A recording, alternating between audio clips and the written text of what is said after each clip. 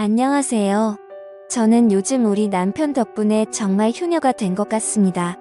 왜냐고요? 우리 자상하고도 섬세한 남편은 저뿐만 아니라 제 친정엄마한테도 신경을 써줍니다.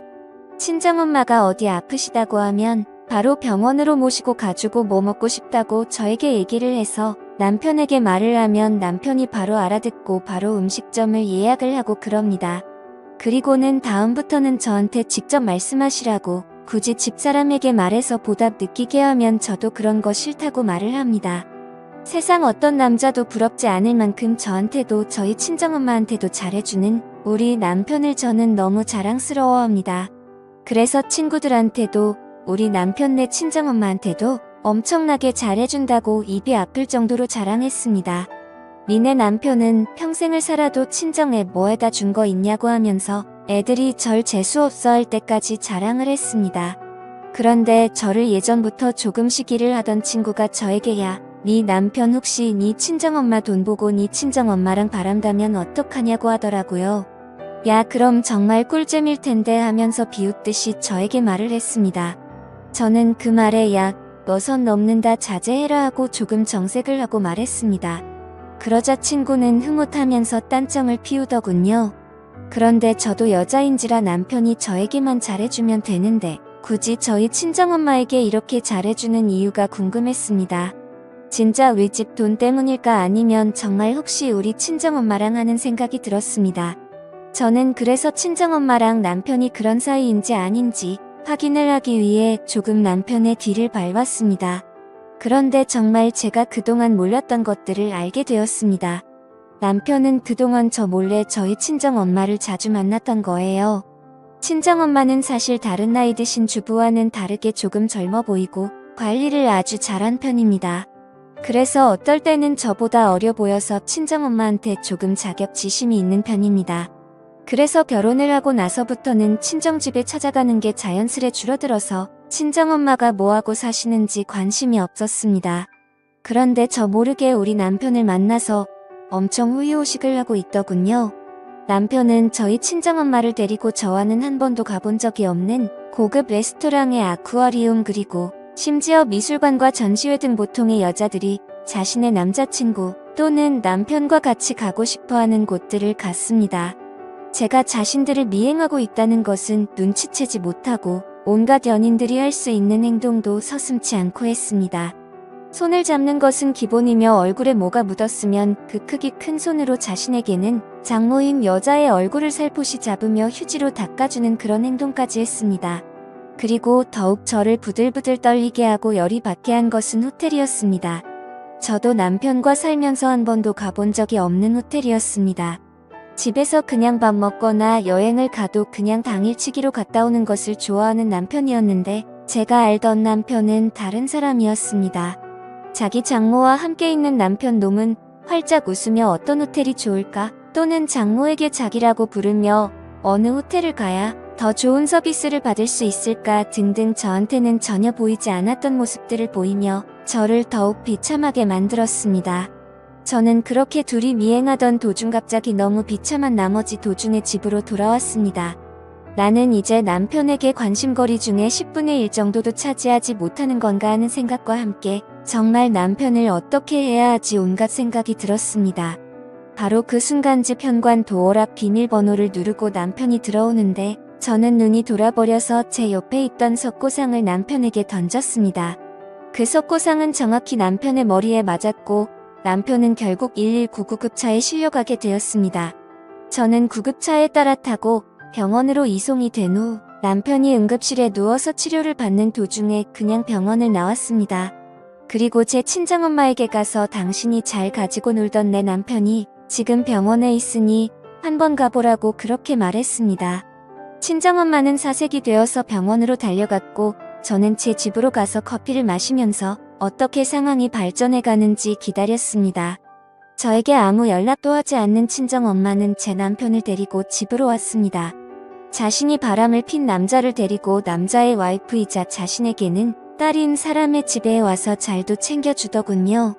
저는 그런 여자를 보고 저를 낳아준 제 엄마라는 사실도 잊은 제 그녀의 얼굴에 물을 끼얹었습니다.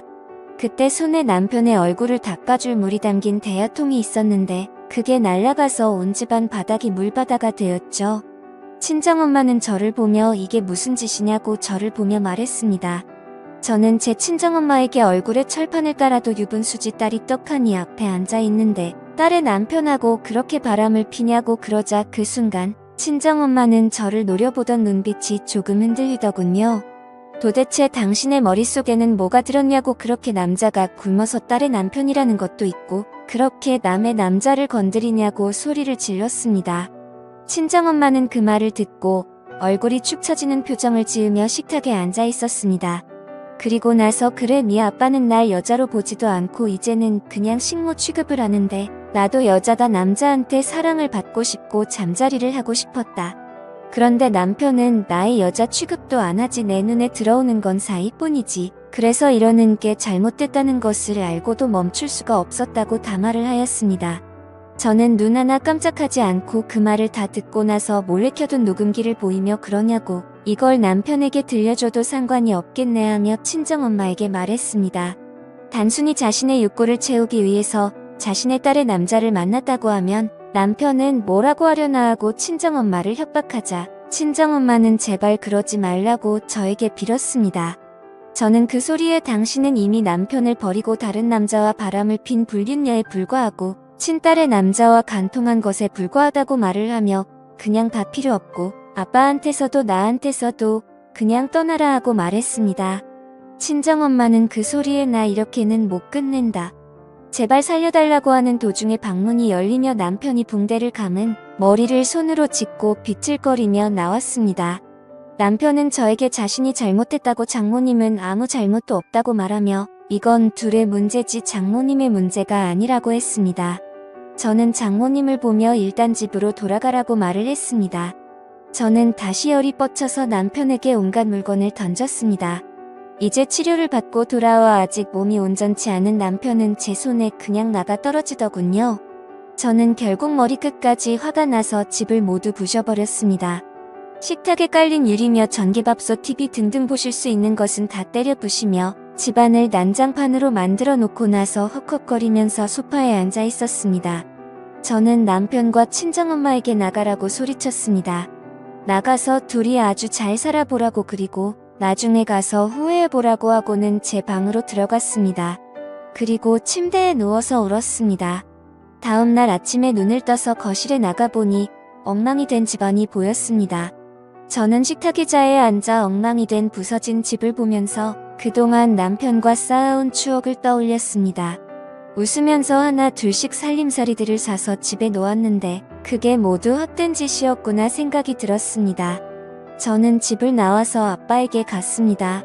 친정아빠는 갑자기 제가 찾아오자 제가 오기 전에 보던 TV를 끄시고 미안하구나 반복하셨습니다.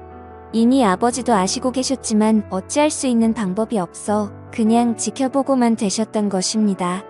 저는 친정아빠를 붙잡고 울면서 우리는 왜 이렇게 살아야 할까 하고 분한 마음을 표현했습니다. 친정아빠는 그런 저를 보고 이제 다 필요 없다.